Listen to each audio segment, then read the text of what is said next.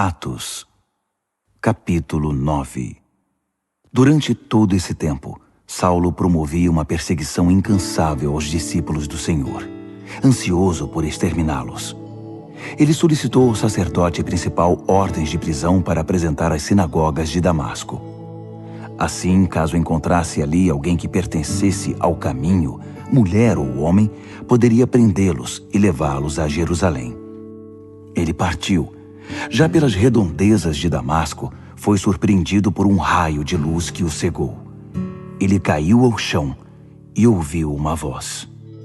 Saulo, Saulo, por que você me persegue? Ele perguntou. Quem és, Senhor? Sou Jesus, aquele que você persegue. Quero que se levante e entre na cidade.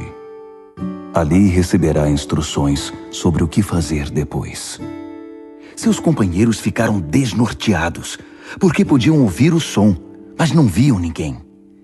Quando se levantou, Saulo percebeu que havia ficado cego. Eles tiveram de levá-lo a Damasco pela mão. Ele continuou cego por 3 dias e durante esse tempo não comeu nem bebeu nada. Havia um discípulo em Damasco chamado Ananias, e o Senhor lhe disse numa visão. Ananias. Sim, Senhor, ele respondeu. Levante-se e vá à rua direita. Quando chegar à casa de Judas, pergunte por um homem de Tarso. Seu nome é Saulo. Ele está lá orando. Acabou de ter um sonho em que viu um homem chamado Ananias entrar na casa e impor as mãos sobre ele para que pudesse enxergar outra vez. Ananias protestou. Senhor, não pode ser. Todos falam desse homem e das coisas terríveis que tem feito, do terror que causa contra o povo do Senhor em Jerusalém. E agora ele está aqui com documentos do sacerdote principal que o autorizam a fazer o mesmo conosco. Mas o Senhor disse, não discuta. Eu o escolhi como meu representante pessoal entre judeus, outros povos e reis. E agora estou prestes a mostrar a ele o que o aguarda, o sofrimento que acompanhará a tarefa. Ananias obedeceu, achou a casa, impôs as mãos sobre Saulo e disse, Irmão Saulo, o Senhor me enviou, o mesmo Jesus que apareceu quando você vinha para cá. Ele me enviou para que você volte a enxergar e seja cheio do Espírito Santo.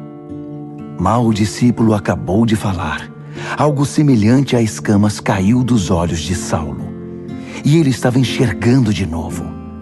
Saulo se levantou, foi batizado e depois participou de uma boa refeição.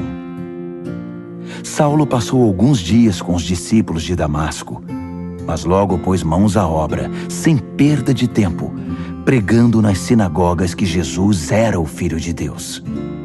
Mas o povo se mostrava arredio, sem saber se podia confiar nele, pois diziam, Não é este o homem que odiava os cristãos em Jerusalém?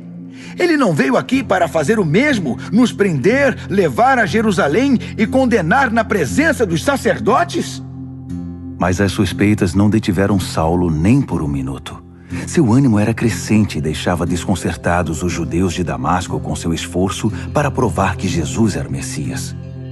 Depois de certo tempo, alguns judeus tramaram matá-lo, mas Saulo escapou. Entretanto, seus inimigos vigiavam as portas da cidade o dia inteiro, na esperança de capturá-lo. Por isso, certa noite, os discípulos o ajudaram na fuga, descendo-o pela muralha dentro de um cesto. De volta a Jerusalém, Saulo procurou os discípulos, mas todos estavam com medo dele. Não confiavam nele nem um pouco. Então Barnabé deu-lhe o maior apoio e o apresentou aos apóstolos. Ele defendeu Saulo contando como tinha visto Jesus e falado com ele na estrada de Damasco, e como arriscara a vida por defender com ousadia o nome de Jesus em Damasco. Dessa maneira, Saulo foi aceito por eles, entrando e saindo de Jerusalém sem ser interrogado, pregando com liberdade no nome do Senhor. No entanto, teve problemas com o grupo dos helenistas. Envolveu-se numa discussão com eles, e o grupo planejou matá-lo. Os amigos tiraram Saulo da cidade quando souberam do plano e o levaram para Cesareia. De lá, ele embarcou para Tarso. Depois disso, a perseguição foi amenizada e a igreja caminhou em paz por um tempo. Por todo o país, Judéia, Samaria, Galiléia, foi constatado seu crescimento. Tudo era permeado por um profundo sentimento de temor a Deus. O Espírito Santo estava com eles e os fortalecia. Eles cresciam maravilhosamente. Em sua missão de visitar todas as igrejas, Pedro chegou a Lida e se encontrou com os cristãos da cidade. Havia ali um homem chamado Enéas. Ele vivia paralítico numa cama havia 8 anos. Pedro disse: Enéas, Jesus Cristo o cura. Levante-se e arrume sua cama. O homem pulou da cama na hora. Vendo o homem andar, os habitantes de Lida e Sarona perceberam que Deus estava vivo e ativo no meio deles. Em Jope havia uma discípula chamada Tabita, nome que quer dizer gazela no grego. Ela era bem conhecida por fazer o bem e ajudar os outros. Enquanto Pedro visitava a região, ela adoeceu e morreu. Os amigos prepararam seu corpo para o funeral e o puseram numa sala apropriada. Alguns discípulos ouviram que Pedro estava nas vizinhanças de Lida e enviaram 2 homens que o convidaram a ir com eles. Pedro concordou e eles o levaram à sala em que o corpo de Tabita havia sido posto. Suas velhas amigas, na maioria viúvas, estavam chorando na sala. Elas mostraram a Pedro peças de roupa que Gazela havia feito. Pedro retirou as viúvas da sala, ajoelhou-se e orou. Depois, ordenou a morta: Tabita, levante-se. Ela abriu os olhos e quando viu Pedro, sentou-se. Ele a tomou pela mão e a ajudou.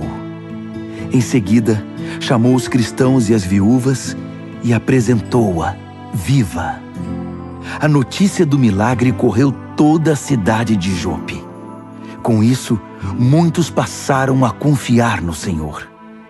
Pedro ficou um longo tempo na cidade como convidado de Simão, o curtidor de couro.